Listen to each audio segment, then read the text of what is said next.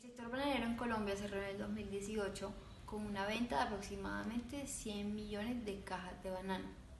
Esto equivale a 860 millones de dólares. Como se puede ver, acá ha habido un incremento de ventas de bananos con respecto a años anteriores, en donde hubo un incremento de 2.500.000 cajas de banano. También se sabe que Colombia es el quinto exportador más importante del mundo de bananos, en donde, como se puede ver en la siguiente gráfica, los tres principales compradores de bananos son Bélgica, Estados Unidos y el Reino Unido. Esto quiere decir que estos países quedan a una distancia relativamente larga, por lo cual el proceso de transporte hacia esos lugares puede tomar varios días. Es preciso también resaltar que durante el proceso de maduración ocurre una serie de cambios en las propiedades organolépticas de la fruta que pueden afectar la experiencia del consumidor. Se sabe que el banano como tal es una fruta climatérica, es decir, esta sigue madurando una vez es recolectada y separada de su fuente de nutrientes. El problema que se quiere solucionar es que esta puede dañarse en el proceso de transporte hacia los otros países, por lo cual se debe buscar un método por el cual, por medio de un recubrimiento, se vuelva más lento el proceso de maduración del banano. En la maduración se presenta el fenómeno de transporte de masa, en donde se ve una oxidación de las azúcares y estas se convierten en dióxido de carbono y etileno. Es importante resaltar que el banano, al tener una superficie porosa, será necesario usar la ley de Pseudo-Fick, que, como se puede ver en la siguiente forma, es el flujo de oxígeno es igual a menos la difusividad efectiva por la derivada de la concentración de oxígeno respecto al radio. A partir del contexto explicado anteriormente, la solución que se propone para el problema de maduración de bananos en exportaciones es realizar un recubrimiento a las bananas mediante la creación de una biopelícula a base de almidón de yuca. Esta creación de biopelículas tendrá como método principal solvencast. A partir de este método tendremos dos diferentes tipos de formulaciones, el cual tendrá como materia principal el almidón de yuca. La elección de almidón de yuca se debe a que esta es insabora, económica, inolora, no es tóxica, es biodegradable y, lo más importante, tiene una baja permeabilidad al oxígeno. Por otro lado, la diferencia entre estas formulaciones se verá a los aditivos que se vayan a utilizar. En este caso será la primera con hipoclorito de sodio y la segunda con ácido acético. La elección de estos dos diferentes tipos de aditivo se debe a que, en combinación con el almidón, estas se generan cadenas hidrolizadas que modifican las propiedades físico-químicas del gel. Además, incrementan la solubilidad, la fuerza del gel y disminuyen la viscosidad. Fabricación de la biopelícula. En primera instancia será necesario preparar la mezcla.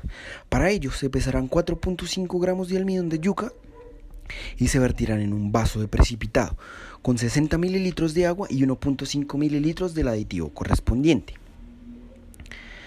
Luego de terminada la mezcla se procede a agitar a 300 RPM durante 5 minutos. Para ello haremos uso de un agitador industrial. Pasados los 5 minutos se agregarán los plastificantes con una agitación constante. En este caso, nuestro plastificante será la glicerina y se vertirá un total de 4.5 mililitros. Luego de agregados los plastificantes, la mezcla se agitará con calentamiento en baño María hasta alcanzar una temperatura de 65 grados centígrados. Será necesario mantener esta temperatura por 15 minutos. Además, debe haber una agitación constante de 300 RPM. Pasados los 15 minutos será necesario dejar enfriar nuestro producto hasta que éste alcance una temperatura ambiente. Por último, se realizará el recubrimiento a toda la cáscara de banano, pues nuestro objetivo es determinar qué tanto cambió el banano y si la biopelícula fue eficiente. Toma de datos. Entendiendo cómo fue la realización de la biopelícula, nuestra toma de datos procederá a dividirse en dos aspectos: cuantitativa y cualitativa. Para iniciar a tomar datos será necesario dividir nuestro racimo de bananos en 4 grupos diferentes. El primero serán los bananos sin biofilm, o sea, nuestro control. El segundo serán nuestras bananas recubiertas por el biofilm con el aditivo hipoclorito de sodio. El tercero serán las bananas recubiertas por la formulación 2, o sea, con el aditivo ácido acético. Y por último, estará otro grupo de control en el cual serán las mediciones cualitativas. Pasado esto, se procederá a empacar los bananos de los grupos 1, 2 y 3 en empaques plásticos y se taparán con vinipel de tal forma que el recipiente sea totalmente hermético. Al día siguiente se iniciará con la toma de las diferentes medidas. Los resultados cualitativos representarán los cambios de color que el banano presentó en los 4 días de mediciones. Para ello se hará uso de una cámara para evidenciar el cambio de color y posteriormente, mediante una aplicación, veremos el color en un sistema de composición de color. Los resultados cuantitativos representarán la difusividad efectiva en los 3 primeros grupos. Para ello será necesario tomar las concentraciones de CO2 en los distintos empaques de almacenamiento. Para ello haremos uso del medidor de etileno Felix F900 y el medidor de CO2, por lo que al final tendremos 2 métodos con 2 distintos resultados de concentración.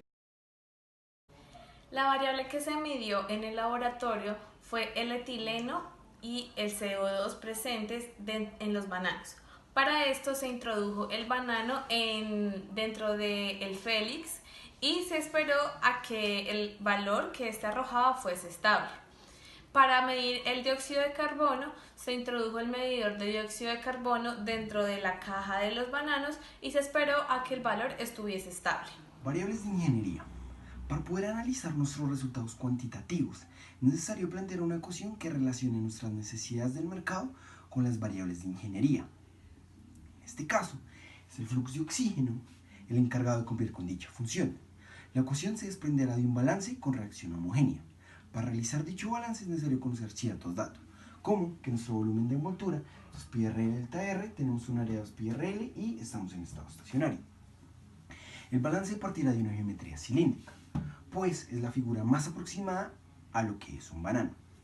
Además, sabemos la reacción, sabemos que es de orden 1 y que por literatura tiene un K de 0,67 horas a la menos 1.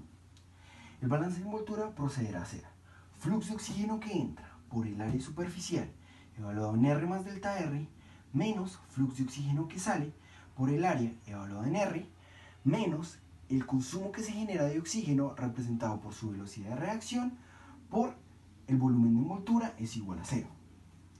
Dividiendo por 2 pi L delta R y sacando el límite cuando delta R es igual a 0, podremos encontrar una expresión como esta.